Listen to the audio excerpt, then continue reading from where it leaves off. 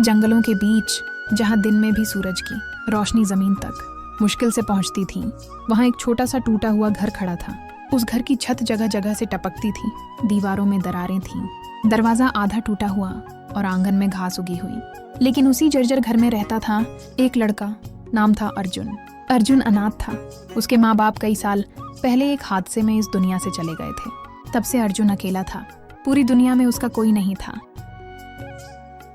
सुबह होते ही अर्जुन उठ जाता, कभी झाड़ू लगाता, कभी टूटे बर्तन धोता, कभी छत से टपकते पानी के नीचे बाल्टी रखता।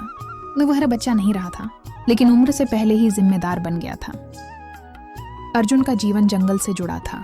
वह रोज जंगल जाता, गिरी हुई सूखी लकड़ियां इकट्ठा करता, कभी कभी जंगली फल भी ले आता।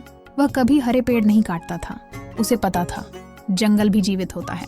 एक दिन जब अर्जुन लकड़ियां इकट्ठा कर रहा था, तभी घोड़े की तेज आवाज गूंजी। राजसी वस्त्रों में सजे महाराज विक्रम सिंह अपने सैनिकों के साथ वहां पहुंचे। अरे लड़के, तुम कौन हो? मेरे जंगल से लकड़ी क्यों काट रहे हो? महाराज, मैं पेड़ नहीं काटता, सिर्फ गिरी हुई लकड़ियां उठाता हूँ। यह जंगल मेरा है। मेरी अनुमति के बिना यहाँ कुछ भी लेना अपराध है। महाराज, मैं अकेला रहता हूँ, मेरे माँ बाप नहीं रहे।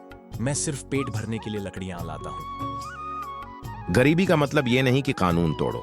गांव जाओ, काम ढूंढो। मेरे जंगल को बर्बाद मत करो। अर्जुन ने सिर झुका लिया, लकड़ियां वहीं छोड़ दी और खाली हाथ घर लौट गया। उस रात उसके चूल्हे में आग नहीं जली, लेकिन उसके दिल में कोई अपराध नहीं था। समय बीतता गया, मौसम बदले, लेकिन जंगल धीरे धीरे सूखने लगा। पेड़ बीमार पड़ने लगे। उसी समय महाराज विक्रम सिंह एक गंभीर बीमारी से ग्रसित हो गए। राजवैद्य असफल रहे, देश विदेश से हकीम बुलाए गए, लेकिन कोई इलाज नहीं मिला। तभी एक बूढ़ा वैद्य बोला, महाराज, जंगल में एक लड़का रहता है जो जड़ी बूटियों को पहचानता है। शायद वही आपकी जान बचा सके। सैनिक अर्जुन के टूटे घर पहुंचे। महाराज तुम्हें बुला रहे हैं। मैंने क्या गलती की? लड़के, मुझे माफ कर दो। मैंने तुम्हें गलत समझा। अर्जुन ने कुछ नहीं कहा। वह चुपचाप जंगल गया, जड़ी बूटियां लाया और महाराज का इलाज किया। कुछ ही दिनों में महाराज स्वस्थ होने लगे। पूरा राज्य चकित था।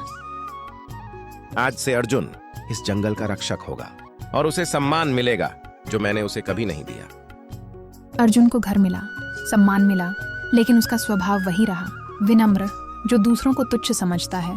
वक्त उसे झुका देता है और जो कर्म से बड़ा होता है उसे एक दिन पूरा संसार पहचानता है।